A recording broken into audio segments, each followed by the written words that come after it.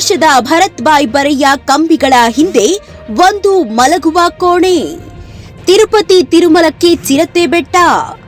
ಗುಜರಾತ್ನ ಅಮ್ರೇಲಿಯಲ್ಲಿ ಕಂಬಿಗಳ ಹಿಂದೆ ಒಂದು ಮಲಗುವ ಕೋಣೆ. ಪ್ರತಿ ರಾತ್ರಿ ಗುಜರಾತ್ನ ಅಮ್ರೇಲಿ ಜಿಲ್ಲೆಯ ಜಪೋದರ್ ಗ್ರಾಮದಲ್ಲಿ ಕತ್ತಲೆ ಆವರಿಸುತ್ತಿದ್ದಂತೆ 30 ವರ್ಷದ ಭರತ್ ಬಾಯ್ ಬರಯ್ಯ ತನ್ನ 6 ಮಕ್ಕಳಲ್ಲಿ 5 ಜನರನ್ನ 8x6 ಅಡಿ ಕಬ್ಬಿಣದ ಪಂಜರಕ್ಕೆ ಕರೆದೊಯ್ತಾನೆ. ಅವರ ಸಣ್ಣ ಮಲಗುವ ಕೋಣೆ ಒಂದು ಬದಿಯಲ್ಲಿ ಟಾರ್ಪಲಿನ್ ಹಾಳೆಗಳು ಮತ್ತು ಇನ್ನೆರಡು ಕಡೆ ಸಿಮೆಂಟ್ ಬ್ಲಾಕ್ಗಳಿಂದ ಆವೃತವಾಗಿದೆ. ಗುಜರಾತ್ನ ಅಮ್ರೇಲಿಯಲ್ಲಿ ಚಿರತೆ ದಾಳಿಯಲ್ಲಿ ಅಪ್ರಾಪ್ತ ಬಾಲಕಿ ಸಾವನ್ನಪ್ಪಿದ್ದಾಳೆ. ಬೆಕ್ಕುಗಳನ್ನ ಬಲೆಗೆ ಬೀಳಿಸಲು ಪಂಜರಗಳನ್ನ ಹಾಕಲಾಗಿದೆ. ವಿಧವೆ ರೈತನಿಗೆ ಈ ಮಾನವ ಪಂಜರ ತನ್ನ ಬಾಡಿಗೆ ಜಮೀನಿನಲ್ಲಿ ಬೇಟೆಯಾಡುವ ಚಿರತೆಗಳ ವಿರುದ್ಧದ ಏಕೈಕ ರಕ್ಷಣೆಯಾಗಿದ್ದು ಅವರ ಜೀವನವನ್ನ ಉಳಿವಿಗಾಗಿ ರಾತ್ರಿಯ ಯುದ್ಧವನ್ನಾಗಿ ಪರಿವರ್ತಿಸುತ್ತದೆ. ಈ ಪಂಜರ ನಮ್ಮ ಗುರಾಣಿ ಎಂದು ಶ್ರೀ ಬರಯ್ಯ ಹೇಳ್ತಾರೆ. ನಾನು ನನ್ನ ಹೆಂಡತಿಯನ್ನ ಅನಾರೋಗ್ಯದಿಂದ ಕಳೆದುಕೊಂಡೆ. ನಾನು ನನ್ನ ಮಕ್ಕಳನ್ನ ಕಾಡು ಪ್ರಾಣಿಗಳಿಗೆ ಕಳೆದುಕೊಳ್ಳಲು ಸಾಧ್ಯವಿಲ್ಲ. ತಿಂಗಳುಗಳಿಂದ ಕುಟುಂಬವು ಲೋಹದ ಸರಳುಗಳ ಹಿಂದೆ ಮಲಗಿದೆ. ಅವರ ದೇಹಗಳು ತೆಳುವಾದ ಹಾಸಿಗೆಯ ಮೇಲೆ ಒಟ್ಟಿಗೆ ಸೇರಿಕೊಂಡಿವೆ.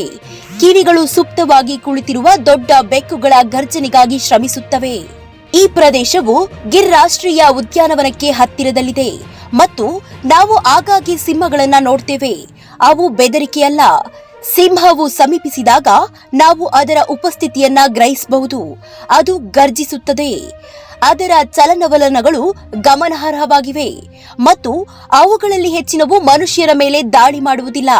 ಆದರೆ ಚಿರತೆಗಳು ವಿಭಿನ್ನವಾಗಿವೆ. ಅವು ಮೌನವಾಗಿ ದಾಳಿ ಮಾಡುತ್ತವೆ ಮತ್ತು ಮಕ್ಕಳು ಮತ್ತು ನಾಯಿಮರಿಗಳಂತಹ ಸಣ್ಣ ಅಥವಾ ಚಿಕ್ಕ ಜೀವಿಗಳನ್ನ ಬಯಸುತ್ತವೆ ಎಂದು ಅವರು ತಮ್ಮ 5 ಹೆಣ್ಣು ಮಕ್ಕಳನ್ನ ನೋಡುತ್ತಾ ಹೇಳಿದ್ರು.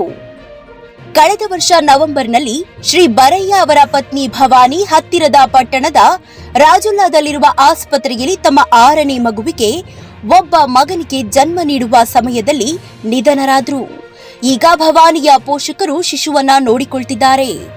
1 ತಿಂಗಳ ನಂತರ ಅವರು ತಮ್ಮ ಹೆಣ್ಣು ಮಕ್ಕಳನ್ನ ಬೆಳೆಸುವುದರೊಂದಿಗೆ ಕೃಷಿ ಕೆಲಸವನ್ನ ಸಮತೋಲನಗೊಳಿಸಲು ಹೆಣಗಾಡ್ತಿದ್ರು.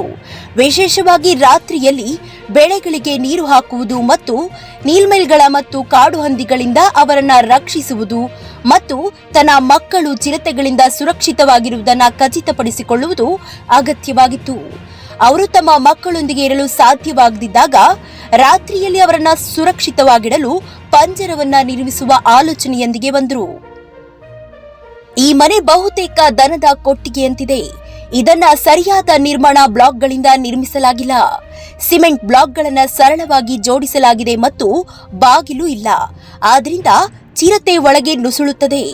ನಾನು ರಜುಲ್ಲಾ ಅವರಿಂದ ಕಬ್ಬಿಣದ ರಾಡ್ಗಳು ಮತ್ತು ಗ್ರಿಲ್ಗಳನ್ನ ಖರೀದಿಸಿದೆ ಮತ್ತು ಅವುಗಳನ್ನ ಜೋಡಿಸಲು ಸ್ಥಳೀಯ ಕುಶಲಕರ್ಮಿಯನ್ನ ನೇಮಿಸಿಕೊಂಡೆ. ಇದಕ್ಕೆ ನನಗೆ 9,000 ವೆಚ್ಚವಾಯಿತು ಎಂದು ಮೂಲತಃ ಬೊಕೋಡರ್ ಗ್ರಾಮದವರಾದ ಬಾರಯ್ಯ ಹೇಳಿದ್ರು. ಅವರ ಮನೆ ಸಾಮಾನ್ಯ ಚಿರತೆ ಹಾದಿಯಲ್ಲಿದೆ ಮತ್ತು ಬಹುತೇಕ ಪ್ರತಿದಿನ 1 ಅಥವಾ 2 ಚಿರತೆಗಳು ತಮ್ಮ ಮನೆಯ ಹೊರಗೆ ಆಲದ ಮರದ ಮೇಲೆ ಹತ್ತಿ ಕುಳಿತುಕೊಳ್ಳುತ್ತವೆ ಎಂದು ಅವರು ಹೇಳಿದ್ರು. 2023ರ ವನ್ಯಜೀವಿ ಜನಗಣತಿಯು ಈ ಪ್ರದೇಶದಾದ್ಯಂತ 2,274 ಚಿರತೆಗಳನ್ನು ದಾಖಲಿಸಿದೆ. ಇದು ಅವುಗಳ ಜನಸಂಖ್ಯೆಯಲ್ಲಿ ಗಮನಾರ್ಹ ಏರಿಕೆಯನ್ನು ಸೂಚಿಸುತ್ತದೆ. ಅಮ್ರೇಲಿ ಜಿಲ್ಲೆಯಲ್ಲಿ ಮಾತ್ರ ಈ ಸಂಖ್ಯೆ 2016ರಲ್ಲಿ 105ರ ಹಿಂದಿನ ಎಣಿಕೆಯಿಂದ 2023ರಲ್ಲಿ 126ಕ್ಕೆ ಗಮನಾರ್ಹವಾಗಿ ಬೆಳೆದಿದೆ. ಕಳೆದ ಜನಗಣತಿಯ ನಂತರ ಈ ಸಂಖ್ಯೆ ಗಮನಾರ್ಹವಾಗಿ ಹೆಚ್ಚಿರಬೇಕು. ಆ ಬಾಡಿಗೆದಾರ ರೈತನು ಆರಂಭದಲ್ಲಿ ತಮ್ಮ ಜಮೀನಿನಲ್ಲಿ 3 ನಾಯಿಮರಿಗಳನ್ನು ಹೊಂದಿದ್ದ. ಆದರೆ ಕೆಲವೇ ವಾರಗಳಲ್ಲಿ ಅವೆಲ್ಲವೂ ಕಣ್ಮರೆಯಾದವು ಎಂದು ನೆನಪಿಸಿಕೊಂಡ. ಆಗ ನಾನು ಚಿರತೆಯ ಚಟುವಟಿಕೆಯ ಲಕ್ಷಣಗಳನ್ನು ಗಮನಿಸಲು ಪ್ರಾರಂಭಿಸಿದೆ ಮತ್ತು ಜಾಗರೂಕನಾದೆ ಎಂದು ಅವರು ಹೇಳಿದ್ರು. ನನ್ನ ಹೆಂಡತಿ ತೀರಿಕೊಂಡ ನಂತರ ಒಂದು ರಾತ್ರಿ ನನ್ನ ಹಿರಿಯ ಮಗಳು 10 ವರ್ಷದ ಶೋಭಾನ ಚಿರತೆಯನ್ನ ನೋಡಿದ್ಲು. ಅವಳು ತುಂಬಾ ಭಯಭೀತಳಾಗಿದ್ಲು. ಹಗಲಿನಲ್ಲಿ ಹೊರಗೆ ಹೆಜ್ಜೆ ಹಾಕಲು ಸಹ ಅವಳು ನಿರಾಕರಿಸಿದ್ಲು. ಈ ಆಲೋಚನೆಯೊಂದಿಗೆ ಬರುವುದನ್ನ ಬಿಟ್ಟು ನನಗೆ ಬೇರೆ ದಾರಿಯಿಲ್ಲ ಎಂದು ನಾನು ಅರಿತುಕೊಂಡ ಕ್ಷಣ ಅದು. ರಾತ್ರಿಯಲ್ಲಿ ಮಕ್ಕಳು ಸಾಂದರ್ಭಿಕವಾಗಿ ಹೊರಗೆ ಹೆಜ್ಜೆ ಹಾಕಬೇಕಾದಾಗ ಅವರೊಂದಿಗೆ ಯಾವಾಗಲೂ ಶ್ರೀ ಬಾರಯ್ಯ ಅಥವಾ ಅವರ ಅತ್ತಿಗೆ ಇರ್ತಾರೆ. ಇಂತಹ ವಿಚಿತ್ರಗಳು ದೇಶದಲ್ಲಿ ಸಾಕಷ್ಟು ಘಟಿಸುತ್ತಲೇ ಇವೆ. ಎಲ್ಲರನ್ನೂ ಹೀಗೂ ಉಂಟೆ ಎಂದು ಹುಬ್ಬೇರಿಸುವಂತೆ ಮಾಡುತ್ತದೆ. ಚಿರತೆ ಹಾವಳಿಗೆ ಜನ ಏನೇನೆಲ್ಲ ಪಡಬಾರದ ಪಾಡು ಪಡ್ತಿದ್ದಾರೆ ಎಂಬುದಕ್ಕೆ ಸಾಕ್ಷಿ. ತಿರುಪತಿ ತಿರುಮಲಕ್ಕೆ ಬೆಟ್ಟ ಹತ್ತಿಕೊಂಡು ಹೋಗುವ ಭಕ್ತರು ಭಯಭೀತರಾಗುವ ಘಟನೆಯೊಂದು ತಿರುಮಲ ರಸ್ತೆಯಲ್ಲೇ ನಡೆದಿದ್ದು, ರಸ್ತೆಯಲ್ಲಿ ಬೈಕ್ನಲ್ಲಿ ಚಲಿಸುತ್ತಿದ್ದ ವ್ಯಕ್ತಿ ಮೇಲೆ ಚಿರತೆ ದಾಳಿ ಮಾಡಿದೆ. ಹೌದು, ವೆಂಕಟೇಶ್ವರ ಸ್ವಾಮಿಯ ಭಕ್ತರು ನಡೆದುಕೊಂಡು ಹೋಗುವ ಅಲಿಪಿರಿ ಮಾರ್ಗದ ಬಳಿ ಚಿರತೆಯೊಂದು ಓಡಾಡ್ತಿತ್ತು. ಆ ಮಾರ್ಗದಲ್ಲಿ ಪ್ರಯಾಣಿಸುತ್ತಿದ್ದ ವಾಹನ ಸವಾರನ ಮೇಲೆ ಅಟ್ಯಾಕ್ ಮಾಡಲು ಯತ್ನಿಸಿದೆ. ವಿಷಯ ತಿಳಿದು ಭಕ್ತರು ಓಡಿದ್ದಾರೆ. ತಿರುಮಲ ತಿರುಪತಿ ಅಧಿಕಾರಿಗಳು ಸ್ಥಳಕ್ಕೆ ಭೇಟಿ ನೀಡಿ ಪರಿಶೀಲನೆ ನಡೆಸಿದ್ದಾರೆ. ಬೈಕ್ನಲ್ಲಿ ಚಲಿಸುತ್ತಿದ್ದ ವ್ಯಕ್ತಿ ಮೇಲೆ ಚಿರತೆ ದಾಳಿ ಮಾಡಿದ್ದು, ಕೂದಲೆಳೆ ಅಂತರದಲ್ಲಿ ಬೈಕ್ ಸವಾರ ಪಾರಾಗಿದ್ದಾನೆ. ಹಿಂಬದಿಯಲ್ಲಿ ಬರ್ತಿದ್ದ ದಾರಿ ಹೋಕರು ಇದನ್ನ ತಮ್ಮ ಮೊಬೈಲ್ನಲ್ಲಿ ಸೆರೆ ಹಿಡಿದಿತ್ತು. ಈ ವಿಡಿಯೋ ಇದೀಗ ವೈರಲ್ ಆಗ್ತಿದೆ.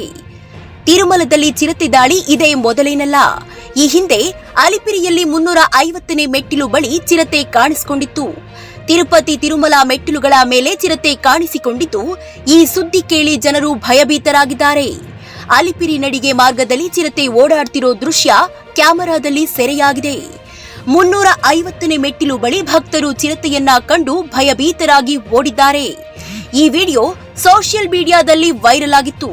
ಇತ್ತೀಚೆಗೆ ಮಲೆ ಮಹದೇಶ್ವರ ಬೆಟ್ಟದಲ್ಲಿ ಚಿರತೆಗಳ ಮಾರಣ ಹೋಮ ನಡೆದಿತ್ತು. ಅದಕ್ಕೆ ಚಿರತೆ ದಾಳಿಗಳೇ ಕಾರಣವಾಗಿತ್ತು. ಹೀಗಾಗಿ ವಿಷ ಹಾಕಿ ಚಿರತೆಗಳನ್ನ ಕೊಲ್ಲಲಾಗಿತ್ತು. ಇದೀಗ ಎಚ್ಚೆತ್ತಿರುವ ಅರಣ್ಯ ಇಲಾಖೆ ಕ್ರಮಗಳನ್ನ ಕೈಗೊಂಡಿದೆ. ಇದೇ ರೀತಿ ಚಿರತೆ ಹಾವಳಿ ತಪ್ಪಿಸಲು ಅಗತ್ಯ ಕ್ರಮಗಳನ್ನ ಕೈಗೊಳ್ಳಬೇಕಿದೆ. ಇಲ್ಲವಾದ್ರೆ ಜನರ ಪ್ರಾಣಕ್ಕೆ ಹೊಣೆಯಾರು? ನಮ್ಮ ರಾಜ್ಯದಲ್ಲೂ ಚಿರತೆಗಳ ಹಾವಳಿ ಹೆಚ್ಚಾಗಿದ್ದು, ರಾಜ್ಯ ಸರ್ಕಾರ ಯಾವ ಕ್ರಮ ಕೈಗೊಳ್ಳುತ್ತೋ ಕಾದು ನೋಡಬೇಕಿದೆ.